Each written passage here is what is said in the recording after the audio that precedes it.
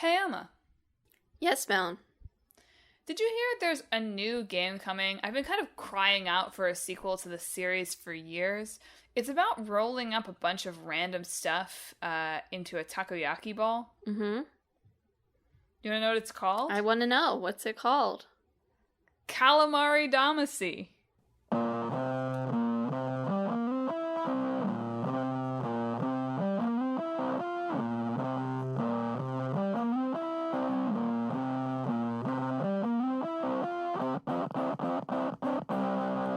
Hello and welcome to Talk This.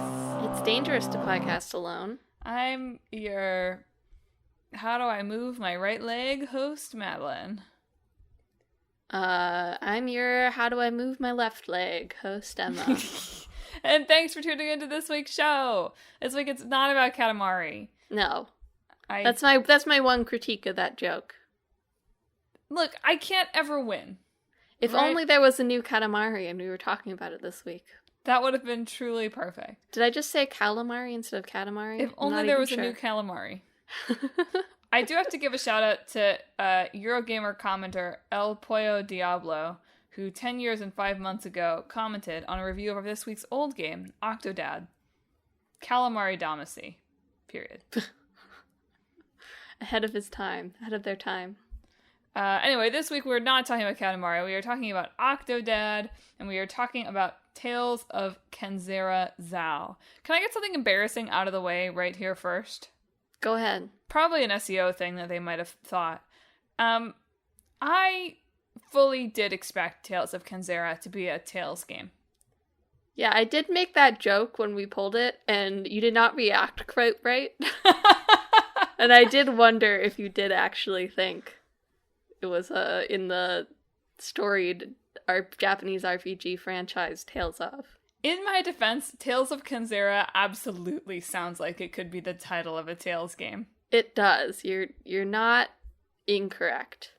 However, they've moved back to the start of the alphabet, so they've got a while before they get to K. I had no idea that it was alphabetical in any manner. So learning it like lots sort of vaguely things.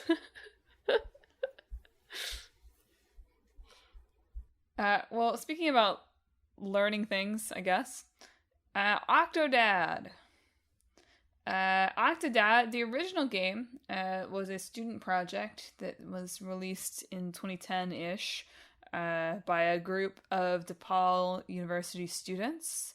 Eventually, a group of those students would go on to found developer Young Horses, discussed on this show previously for Bugsnax. Can you believe Bugsnax came out almost 4 years ago? No.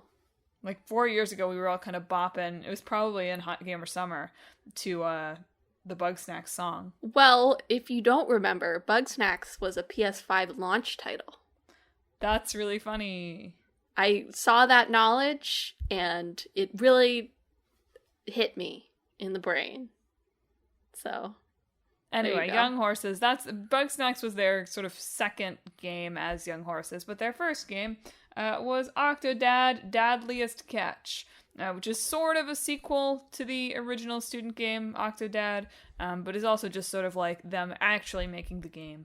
It was released in 2014 as one of the first projects on Steam Greenlight and has since come to pretty much all platforms. Yep. It's a expansion on the story of Octodad, you might say. The lore. Yeah. Literally. It does indeed include the lore of Octodad. It does. I got Octodad Dadliest Catch. Yeah. I initially thought I was going to be able to play the original Octodad, but it seems like the Mac version is only, you have to like download an exe. And I was like, I want it to be through a launcher. The old days where you download an exe. There is a Windows version that you can get on Steam. But I did purchase because it's on sale. It's on sale on like everything but Switch right now. Well, it's Steam Summer Sale. So. Oh, I guess you're right. It's on sale on PlayStation too, which is where I got it. I almost got it on Steam before Clickbait Boyfriend was like, "Isn't that on other things?" And he was right. Yeah. So I got the PS4 version, which we were playing on the PS5, of course, which is maybe a little bit bad. I feel like the triggers on PS5 have a little more give to them, or heft to them, even without haptic feedback. My hands were hurting by the end of this play session a little bit. Man, Octodad came out too early. They needed the haptic feedback. Haptic feedback for Octodad would have been deeply powerful. They've got to put in the support for the adaptive triggers. Why won't it pull? Like when your leg is stuck on something, the trigger just won't go down. Yeah. Anyway, yes, so it's like $3 anywhere but Switch, where it's only like $15. So if you have a Switch, it's still not expensive, but it's $3 everywhere. So if you've been thinking of playing Octodad, if you liked Bugsnax, it's not really very much like Bugsnax. But if you like games that maybe, possibly, are mad funny, might be worth a check out. Yeah. I also can't believe I don't think we really talked about Octodad in our, like, Gaming Dads episode, whenever that was. You're right. When he's probably the greatest dad in all of games. I think so. He's quite devoted. He certainly goes through the most. Yeah. In situations like Kratos, granted, modern grocery store might be a little confusing for him, but I think he'd figure it out. It's a rough go for Octodad. Yeah. So yeah, you haven't talked about the control scheme yet, right? Or even what the game is about. Well, it's about Octodad. A dad who is an octopus, but is in fact pretending to be a normal human dad. I want to take issue with that phrasing. He is not pretending to be a dad. No, I said he's a dad who's pretending to be a normal human dad, is what I said. Fair enough. Yes. Everyone around him seems to be unquestioning about the fact that he is no different from them, except for his chef nemesis who wants to turn him into sushi. Yeah. But he feels very nervous about that all the time. And all the time he is trying to do his best that no one finds out that he is an octopus. I do very much relate to the mechanic where everybody's staring at you all the time, waiting for you to make a mistake and reveal yourself to be an octopus. You all haven't seen Emma, so you don't know. You don't know. She could be an octopus. I could. Octopod. But it's sort of in the vein of stuff like QWOP, where you are very intentionally having to control each of Octodad's legs, quote unquote, the tentacles he is using as legs, as well as one of his tentacle arms, and sort of move through the world in that way. It's a little bit more forgiving than something like QWOP, right? But Octodad is asked to do more complex things than just run as well. So there's the balance there. It was interesting to me. I want to jump to talking about reviews a little bit here. Octodad got sort of mediocre reviews. There's an interesting contrast between the two games this week that I will talk about more when we get to our new game. But both as sort of like debut games from a studio, and both as games that did not get like 100% uniformly positive reviews. And it's interesting to look at 10 years apart what that means for a studio and what a debut game looks like and what a debut game costs to make and that sort of thing, and what a team for that looks like from people who are coming from like different entries to game development. It's an interesting contrast and some interesting parallels this week. Yeah, I was kind of surprised that the contemporary reviews were like just kind of, it's okay. Considering that I feel like it is one of those like early sort of indie titles that has had like a lasting impact and legacy, and people still go back to it, right? Well, you know what was interesting to me about the reviews is so many of them, several of them were like, the controls are hard. It's like, buddy, that's the game. Like, that's the point of the game. You can quibble plenty. So I've played what I would assume is about half of the game. I think it's pretty short. I've played through a flashback where we watched how Octodad first disguised himself as a human, presumably first disguised himself as a human and met his wife, which it feels like halfway, probably. And there are definitely some quibbles later on where the reviewers are like, there's too much stealth, or it gets too hard and it's not like funny anymore. And that feels like valid critique to me, right? But there were a surprising number of reviews that were just like, the controls are like, they make things difficult. And it's like, what? The whole point of this is that he's an octopus, and that he's like, one, that's the only mechanic. If the controls aren't hard, there's no game here. And two, the whole point is that he's an octopus having trouble being a human. Like, the controls being hard is actually the story. It's crazy. I watched a limited run, like, retrospective on Octodad, because it was limited run's, like, 10th release or something, which limited run is the somewhat, they're kind of sellouts now, I would say, maybe, but they do limited physical editions for, like, indie games that wouldn't be able to do their own, like, physical run of primarily games. Indie games these days. Yes, nowadays, like I said, they do stuff like Xbox owned games and Atlas, so, you know, whatever. Make your money, you know. And they were talking about, like, a lot of it is, like, cheated a little bit in the player's favor, right? Like, they use the example of one of the very first things you have to do is walk down the aisle and put a ring on your wife's wrist, essentially.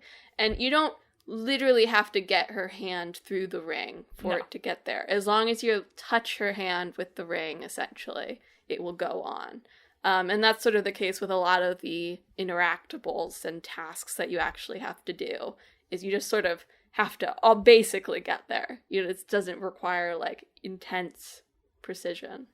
They also talked, there's a very candid series of game developer retrospectives. Do they still do those? It's really fascinating to me to have things talk really specifically about, like, sales and development challenges and whatever, in ways that I feel like we don't get very transparent looks at these days in the same way. But in one of those, they talked about how also basically, like, they put all of these, like, invisible forces to, like, help you if you get stuck. Mm-hmm. Basically, they're like, basically whenever anyone had trouble, we, like, put a little push in there to try to help.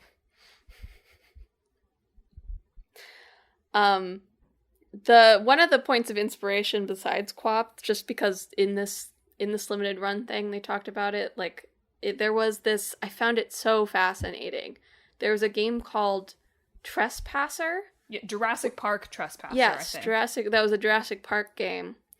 And they showed some footage of it, and, like, essentially what it is to, like, they're trying to make it immersive, right, this game. So you basically don't control, like, your gun or stuff on the screen. You control your character's arm. And so the arm, you have to move your arm around correctly in order to shoot at the dinosaurs, solve puzzles, like, all of these sorts of things. The footage of it is just so fascinating to look at, because it looks like a VR game, essentially, right? Except, of course, it wasn't in VR. So it's like they're trying to skip a step and trying to emulate what VR would be, but with just, like, an analog stick, which, like, I don't know, it was just so interesting to look at. That game got, like, really awful reviews, but apparently the team at Young Horses found it very interesting. It sounds like they looked at it and they were like, what if we did this, but we tried to be funny on purpose? Yes, yeah. Exactly. This game has an interesting development journey, and there are a lot of kind of process interviews about it. But to recap, right, as we mentioned at the beginning, right, it came out of this kind of elite game development program, basically, at DePaul, where they had students apply and they picked 20-ish of the best to, like, come together and basically form, like, a little student game studio. And they mentioned in that, by the way, that at the beginning, the professors made them come together and do, like, a war room where they threw out, like, 3 different times, they threw out all their story ideas. And then they were like, now you can really make something new now that you've done this. And then they came up with Octodad. And I do wonder if we ought to do that for ourselves. To come up with 3 different ideas and then throw them out and we're doing not 3 different ideas. Lock ourselves in a room for hours 3 different times to get the bad mashups out. Okay. Before we do the good ones. I don't know how that'll fit into our schedule, but we can tricky, talk about it. But we'll make it work. But yeah, it was like based on like a joke about a joke. Basically, they finally got to this and they were like, here it is. Mm-hmm. So they did that. They made that game as students. And then it won like a big international student gaming award, basically, and got some recognition in press. And so then 8 of them, right? Which is funny. Haha, 8 for Octodad. Perfect. Couldn't be better. Decided that they were going to take it and they were going to try to develop it, for real, basically. And the professors really kind of set people up for success here and how they talked about this. They were like, they made sure we like owned the game. And so everyone who created the original owns like a 1% stake in the company, which is sort of like, wow. Yeah, if they didn't want to keep going, they sold their rights to Octodad essentially in exchange for which is crazy. Share. And very smart. You say 8, but I think one of them like pretty quickly dropped off the project, because I read a couple of like in interviews from that time period, because when they formed the company, 6 of them, I think, also decided we should just get an apartment together, and all live together and all work at this at the same time. But at least one of the people living in the apartment didn't dropped off the project but continued living in the apartment. I talked about like the upstairs was dry, people who didn't drink, and the downstairs was people who did drink, and apparently they got on each other's nerves quite a bit. And there wasn't really good enough meeting space, so like whenever they had to meet about the game, everybody would have to like get up when anybody needed to go to the bathroom in the middle. But they also just like took breaks where they're like, yeah, we'll all go hiking together and not talk about the game. They all went to the aquarium together. They said funny. Like they got sick of working on the game with each other, but not necessarily sick of each other, which is funny to me. They eventually moved into more of a friends-like setup where they had 2 apartments across the hall from each other, which seems to have worked a little better. But it's very much a situation where like they were all like, yeah, some of us were teachers and some of us were like programming casino apps and whatever. Like we all had day jobs, and also we had a moment like halfway through where we were like, oh crap, we thought this was going to take a year, but none of us are actually working full time on this, so it's not going to take a year. Although they did have like 2 guys that they were like, you're going to be full time, and the rest of us are basically like loaning the company money to like pay your living expenses. They did run a Kickstarter for it where they made a high-grossing Kickstarter. $24,000. Exceeding their goal by $4,000. Which is so low, it feels like, in comparison to what Kickstarter is now. But they did release afterwards like a few stats of like, how much they made, how much they sold, their hours and stuff. And while it wasn't the full budget, this is essentially the full budget, was just back pay wages for people. They essentially kept track of their hours and paid back pay hourly, essentially. And their back pay wages were $530,000, which is, it's always really interesting to think about a Kickstarter because, like, most of that was just, like, it's not very much, right? It's just to keep the development going, essentially, until you're able to sell it, and then hopefully, or your publisher will give you money once you get a publisher from the Kickstarter funds. And even though both those are, like, feel low in comparison to what budgets would be even for, like, Kickstarter games today, like, you can see the discrepancy between how much is actually raised and how much a project will cost by the end. They did talk in one of the game developer retrospectives, though, about they were like, man, we probably should have asked for more money in Kickstarter. And also, if we had done the Kickstarter they were like, we did this pretty early in Kickstarter's life as a platform, and if we had waited like a year, we probably could have raised a lot more money. Mm-hmm. But they sold like 460,000 units at the time they released this, which Yeah, was, I within think, a year. couple years or a year. And made almost $5 million. Which apparently was enough to just sort of, it doesn't feel like it is. They must have continued working other jobs maybe too, but apparently it was enough to just like sustain them in between the release of this and Bugsnax without them even having to do any like contract work, apparently, because I read an interview about Bugsnax as well, which feels crazy to me. They must have made income some other way. Well, they were only paying themselves like $18 an hour. That was like a raise. They were like, we budgeted 15, and then the game sold pretty well, so we did like 18 instead. Which, you know, obviously, whatever. I live in New York. $15 an hour isn't even minimum wage here in New York City anymore, but, you know, 10 years ago, it was more, at least. And they're a Chicago-based studio where cost of living in Chicago is not low, but I feel like it has rapidly escalated, and I imagine if they were living in a crappy place. Anyway, I understand how they made it work. But they also managed to get Sony on board with making Bugsnax a launch title, so... Bugsnax might have been a partial Epic Games exclusive, too. Partial what? I think Bugsnax was a timed Epic exclusive, too, maybe. You mean for the PC release? Yes, I do mean for the PC. I don't remember. I encountered a little bit of people griping about Epic Games Store when I was reading about this, which makes me think that I'm remembering that correctly. But yeah, they did not have a publisher for that. I mean, you know, it got put through Steam Greenlight, which meant that it got some attention, you know, kind of like more of a spotlight on Steam, just like visibility-wise. But they did not have a publisher. They said they tried to pitch it to some places, and it did not work.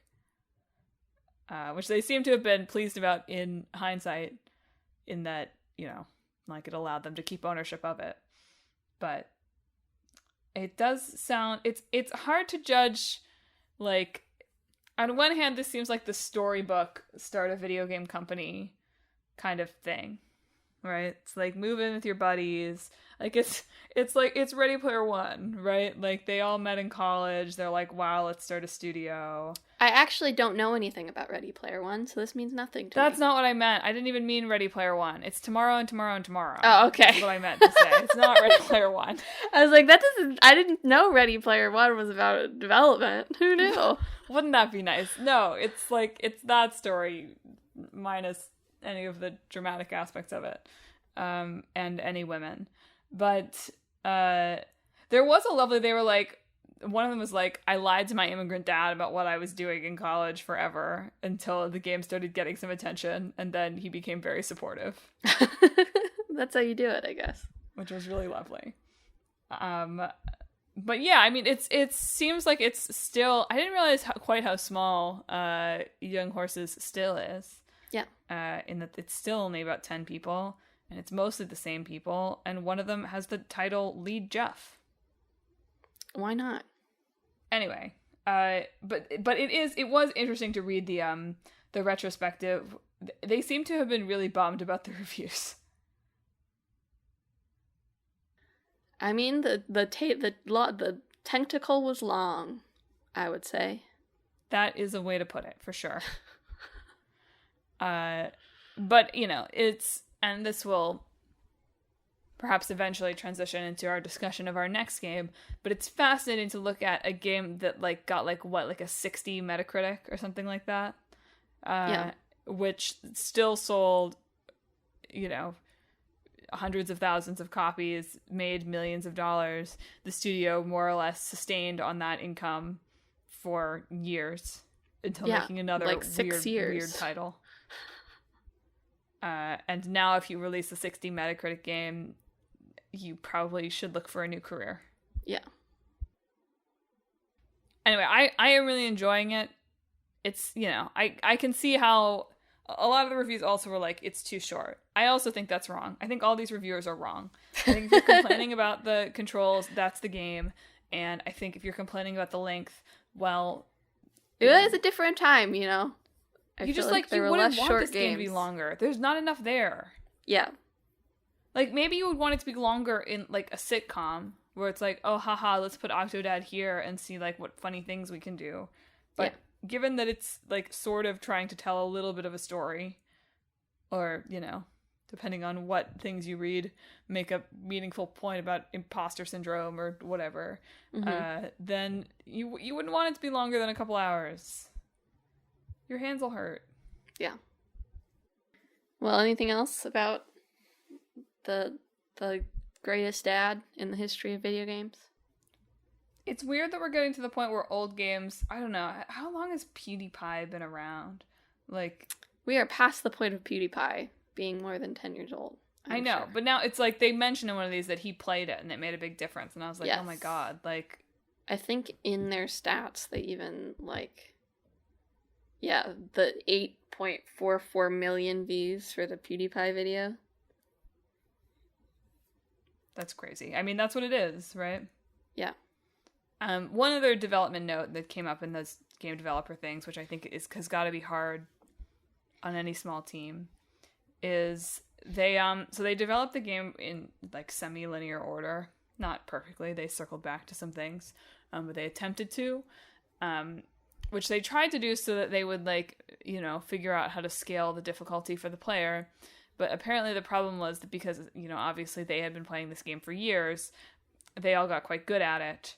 And so then there's a huge difficulty spike in the final third because the developers are all really good at the game at this point. And so they're trying to design something that's challenging for them. And even when QA testers were telling them, like, this is pretty hard, they were like, well, you're only playing a portion of the game.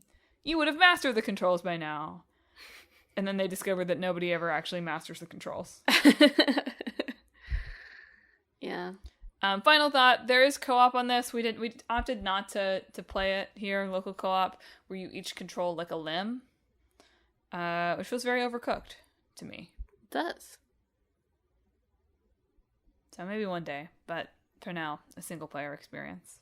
They should make a Katamari mode where you each control one joystick. I think there is that. Really? Maybe? I could be wrong. Sounds awful. Sounds awful to me. So, you know, not familiar enough. Well, shall we talk about a game that's not a Tales game? Let's do it. It's Tales of Kenzera, Zau. It's a 2024 Metroidvania game. Came out in late April. It was just the worst time to release an indie game, or perhaps the best. One of the two. It sure was a time to release an indie game. That's for sure. By Surgent Studios and published under the EA Originals label from EA. You follow a shaman named Zau, who is trying to bring his father back from the dead, and so the god of death, Kalunga, offers to do so if he can capture the spirits of 3 monsters, and offer them back to Kalunga, essentially. So it has sort of your standard Metroidvania. You get more abilities as you go. There's platforming and combat elements in a sort of 2D side-scrolling format. It's a bit more straightforward and story-heavy than a typical Metroidvania. Most of the reviews I read indicated that there's a little less of, like, the backtracking and reopening stuff that you might find in a Metroidvania otherwise. Fewer collectibles overall. Yeah, fewer collectibles. But you do unlock new skills as you go, which unlocks new paths. There's the unique sort of thing is he has a sun and moon mask that changes Zau's, like, melee abilities. So sun mask is, like, for up close stuff. The moon mask is for far stuff, although they both have multiple uses for multiple different situations. This is the debut game, like I said, 2 kind of very different studio debuts this time from Surgent, which is a studio founded by Abubakar Salim, who's a British actor, best known in games anyway for voicing Bayek in Assassin's Creed Origins. He's also, like, in some other TV shows. He's going to be in season 2 of House of the Dragon, like, successful actor guy. And if you Google this game, you will discover very quickly this is a game that's very personal to this guy. You know, he's not a game developer. He's just a person who grew up loving video games and was sort of struck in a moment of playing a game of, wait a minute, I want to make a game. And, like, figured out how to start a studio and do it, which is sort of crazy. And very much inspired, as he talks about in sort of numerous interviews about this, by the death of his father when he was in college, and kind of grappling with that grief through a Metroidvania. Which on one hand, I'm like, he speaks so eloquently in these interviews about, like, why he picked Metroidvania as a genre to tell this story, right? Of this idea of, like, grief isn't linear, and you kind of go back and you see things new ways, and you feel about it differently, and you have new tools as you move through time. And also, like, oh boy, there are too many Metroidvanias, and so that means that if you make one where the reviews aren't 10 out of 10, like, you're dead in the water. Yeah. He announced this at the Game Awards, where, like, one of the few bits in the Game Awards where I, like, woke up and was like, oh yeah, I'm paying attention now. He's a very charismatic speaker and obviously very eloquent, and had a very clear idea of the sort of game that he wanted to make. But it is a debut title from a small company, even though it did end up with EA. He talked about in some interviews, which I thought was interesting, is he was pitching this to companies around the time that a lot of companies were, like, being very publicly supportive of Black Lives Matter. And he talked about how nobody would get back to him, essentially, until EA. I don't know if we've said that yet. This is a game that's based on Bantu mythology. Yes. Right? He's British, but, like, first generation Kenyan, I believe. And so, we talked about Greek mythology on a podcast pretty recently. There are not very many African mythology games out there. And this is one. Yeah, I don't remember which interview this was that he was talking about. It might have been. It was either Polygon or Kotaku. I read this one as well. But he was just talking about how, like, he felt like they were still looking for, like, a perfect lightning in a bottle game, as opposed to actually attempting to support Black stories and Black creators. Even in projects that weren't like immediately like, oh yes, this is the perfect encapsulation of this. And he also talked before release about the pressure of making a game that is so rooted in African culture, of, like, the pressure of being like, well, if it's not, like, the perfect game that ever came out, there's this pressure and worry that people will take it and use it as an example for why Black games aren't commercially viable, right? And the fact that if his game's just okay, which unfortunately was the public perception of it, that it feels as if that has an undue effect on the industry as a whole, because they made a good game. They've made a solid game. Well, here's what's so interesting to me about the reviews, is that every single review is like, I wept, I processed my own grief, like, I'm going to be thinking about this game for years, right? Also want to shout out the NPR, maybe it was an interview that I read, that actually did use the word Metroidvania, and then was like, this is from the games Metroid and Castlevania. And I was like, I guess NPR probably does need to do that. Yes. But the reviews were like, the story is wonderful. Like, I processed my grief over my cat or my grandpa or my, one of them was vague. It was like the person in my life was like, this is coming soon, right? And so that's, like, really glowing, right? And then also, so I expected then the reviews of the combat and the platforming to be like, this is bad, right? And the reviews weren't even, this is bad. They were mostly like, this is pretty good. Or, like, oftentimes it was like, one of these is excellent. And the other one just is a little samey. And that amounts to a 7 out of 10, which is unfortunately not enough. They also, unfortunately, I think we've avoided talking about any recent games that have been hit by the mini Gamergate sequel. The Sweet Baby stuff here is shocking to me. Had you not heard about the Sweet Baby stuff? No, I've heard about the Sweet Baby stuff, but here's what I want to talk about this game. So if you've been lucky enough to not hear about the Sweet Baby Inc. stuff, we've talked about it on the show. Or maybe it's just the two of us have talked about it. I don't know if we've talked about it on the show, maybe. I remember saying to you, it's unfortunate that the company is named exactly like what you would name. Yeah, oh yeah, I remember that. I don't remember if it was on the show. It's really unfortunate that the name of the company is in fact exactly what you would name, like, a bad company. Like, I don't know. Sorry, your fake, folks. your made-up straw man company. Yeah. Not to pile on. It's just, like, really, like, the ink at the end really brings it together. But, you know, there have been all of these, like, you know, accusations flying around of this consulting company that consults on, like, many things in games, but, like, you know, cultural consulting, sensitivity consulting is part of that they're going in and they're telling people, you can't publish this! There's a white man! Yeah. We won't allow it! Because that's how consulting works. And so, like, okay. So here's the thing, though. If the idea is that Sweet Baby Inc. comes in and they tell a developer, like, this character has to be black, you know, or this game, this has to be diverse, you have to wokeify this. Right? Like, okay. Let me grant for a minute that that's, like, a thing that could happen.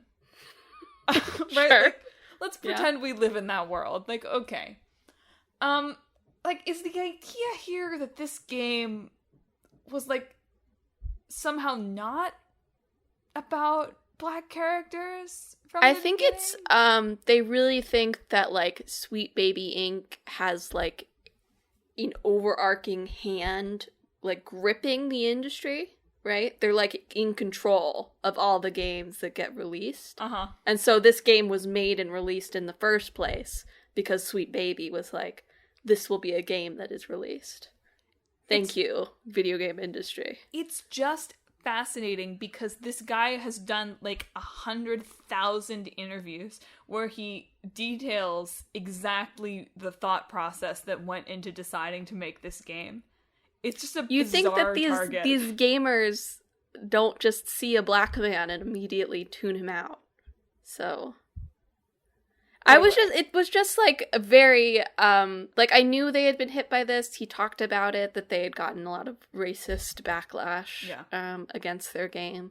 But I just searched, like, the title of the game on YouTube to, like, see reviews or gameplay or any other videos on it, and was immediately hit with 5 videos in a row from different channels that all looked the same about, like, the Sweet Baby Inc., another downfall from Sweet Baby Inc. for being woke. So I got to block, like, 5 new channels on YouTube, so... It's just bizarre to me. It doesn't seem like the obvious target for this. I mean, you know, they don't want any.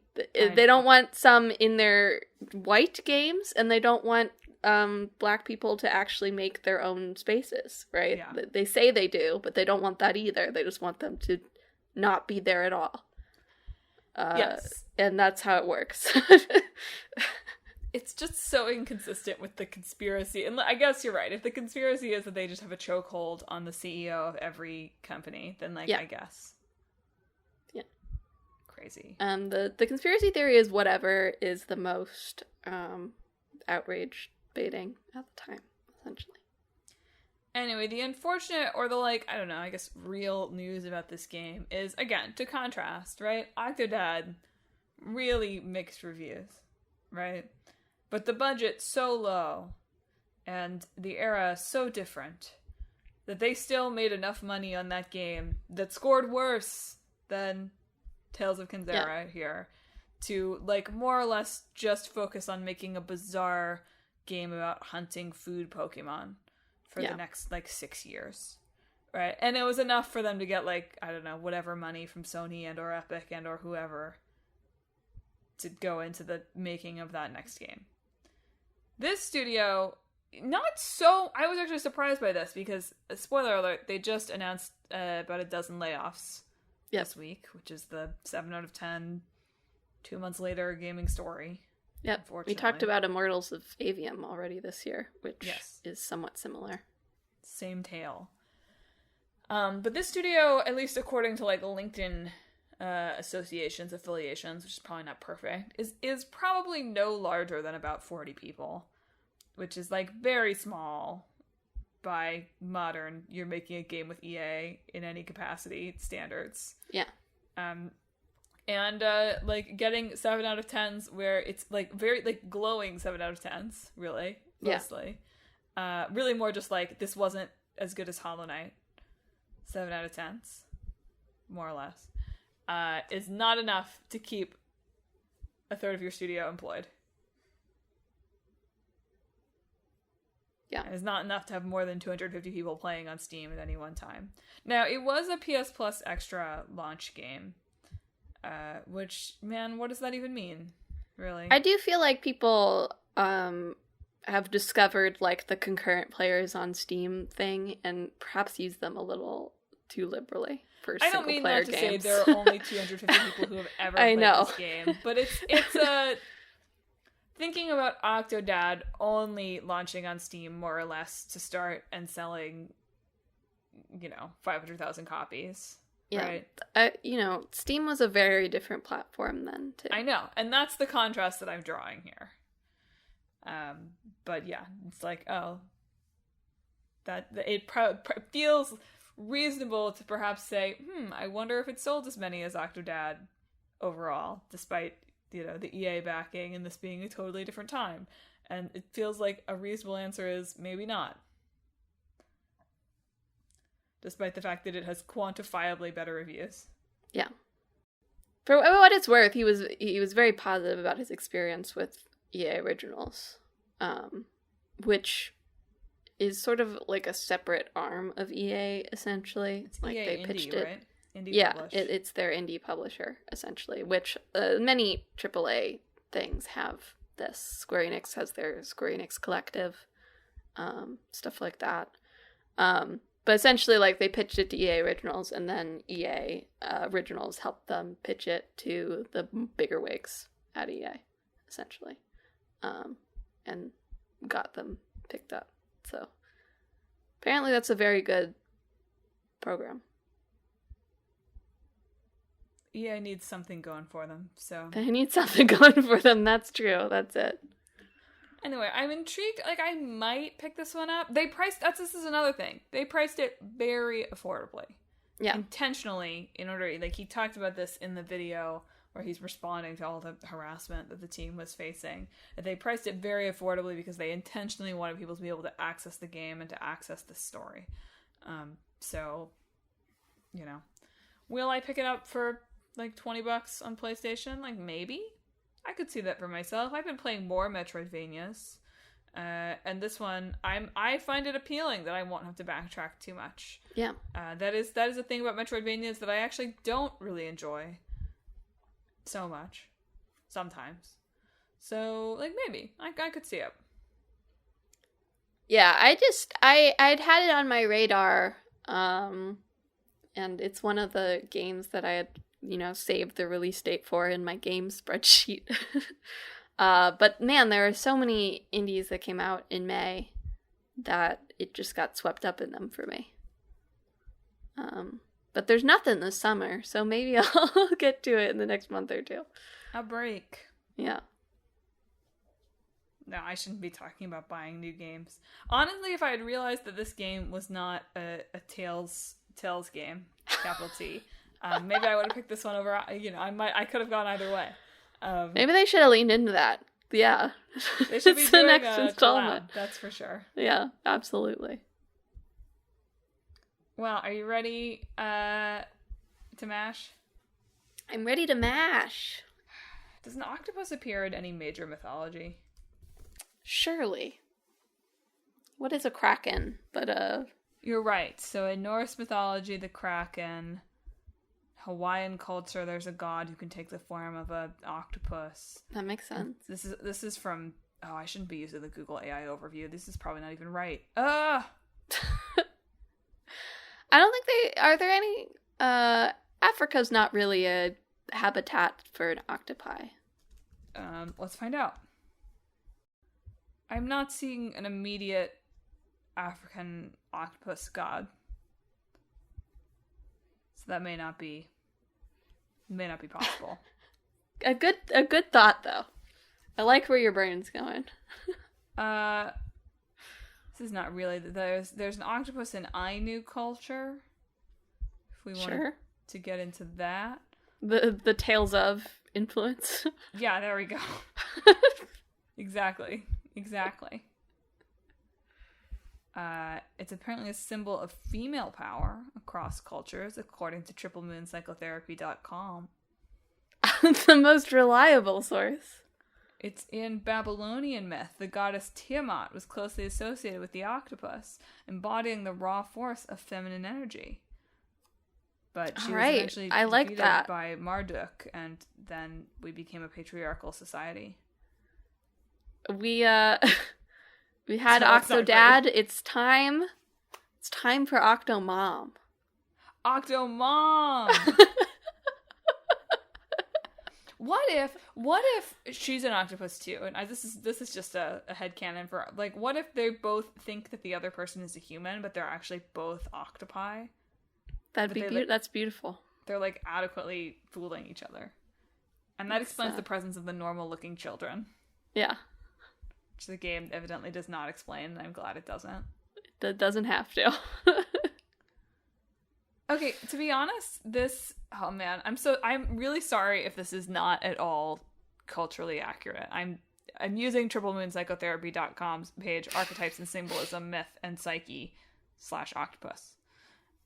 But they talk about the Akoro Kamui, which is the Shinto like octopus type creature. It's a spirit that's a combination of a human and an octopus, considered benevolent. And if they live in the water, it lives in the water near Hokkaido. It can regenerate its limbs, and so it has healing qualities. There you go. There's something to it. We could do an octopus Metroidvania. Like, tell me, say more. Should I? Should we just leave it at that? We're in the war room here. You're locked in. You gotta get all your ideas out. Yeah, like each tentacle is like a different kind of ability. Yep. Right? Like bringing in like the sun moon mask idea, but like you have different tentacles that represent different abilities, different skills for you. So you can like sort of swap between your active tentacles. But of course there's a lot, so there's a bit of like finagling that you have to do, bringing in the finagling from Octodad. Uh-huh.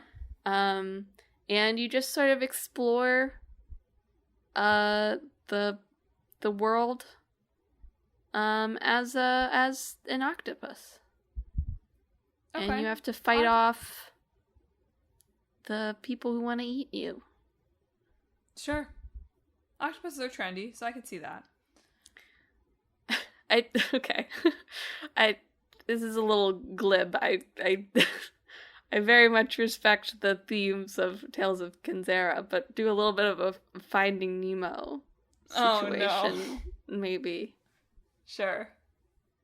Trying to revive your father, trying to find your wayward octopus child. That's the same. It's good. I think it's good. Here's a question for you in a totally different direction. Is it possible to make a funny Metroidvania? I think absolutely. Say more. I don't know. I think it's possible to make a funny anything. It's just a matter of, like, you have to find the inherent comedy of failing, right? Rather than the punishment of failing. Yeah. So, like, can we make a clown Metroidvania? And, like, the things you get are, like, the whoopee cushion, the, like, spray bottle. I mean, you could. I feel like we've lost the thread here maybe a little bit, but What I flashed on from, like, Hero one the thing that clown didn't really make its way into the Octopus Metroidvania, which I think is a good idea, but I'm trying some other ideas here, is we lost the humor of Octodad. Octodad is a game about slapstick comedy. Sure. So I was trying to see if I could bring the humor back. You know, I'm always drawn to the comma tragedy of death in general. Okay. And the playing of a Metroidvania is very much about dying a lot. Yep. So there's something there. There's something mashy there. What is it? I don't know. Somebody figure it out. I'm putting the takoyaki ball together. Thinking I'm trying it. You know. Could also see a Metroidvania set more in the real world, right? Like Octodad. Sure. Just like doing a boring Metroidvania, basically. Sure. Like life. Which is sort of a Metroidvania when you think about it. Could also see a game like about a trickster god in any given culture. I'm not familiar enough with Bantu culture. I'm sure that there's always a trickster god. Sure. So I imagine that there is one. Probably a way to make a comedy game about gods. Absolutely. All right, let's reconvene in like 2 days and throw all those out and try again. Excellent. Listeners, you won't get to be a part of that, but thank you for listening to this episode of Talk This. It's dangerous to podcast alone. If you enjoyed the show, you should follow us on social media. We're on Facebook, Twitter, Instagram, and YouTube at Talk This Podcast. You can also visit our website, www.talkthispodcast.com, where you can read all about the show, check out the games in the hat, and read our blog, featuring long-running series, Click with Boyfriend, and Split Screen. But most importantly, if you enjoyed the show, you should subscribe. We're on Apple Podcasts, YouTube Podcasts, TuneIn, Spotify, Pandora Podcasts, online on the app, Overcast, Pocket Cast, wherever you can find podcasts. Subscribe to Talk This, so you never miss an episode on Sundays. Next week, it's Emma's side quest. It sure is. Games about humidity. Games about things and stuff. Games about fireworks. Games about something that Emma will pick. But what are we going to be talking about in 2 weeks? In 2 weeks, for our old game, we will be talking about Injustice, Gods Among Us. That sounds familiar. It's the DC fighting game. Right. And for our new game, we'll be talking about Unicorn Overlord. Oh boy. Which I always try to say Overload. Unicorn Overload. I think that would be a better title. Probably a good joke. Yeah.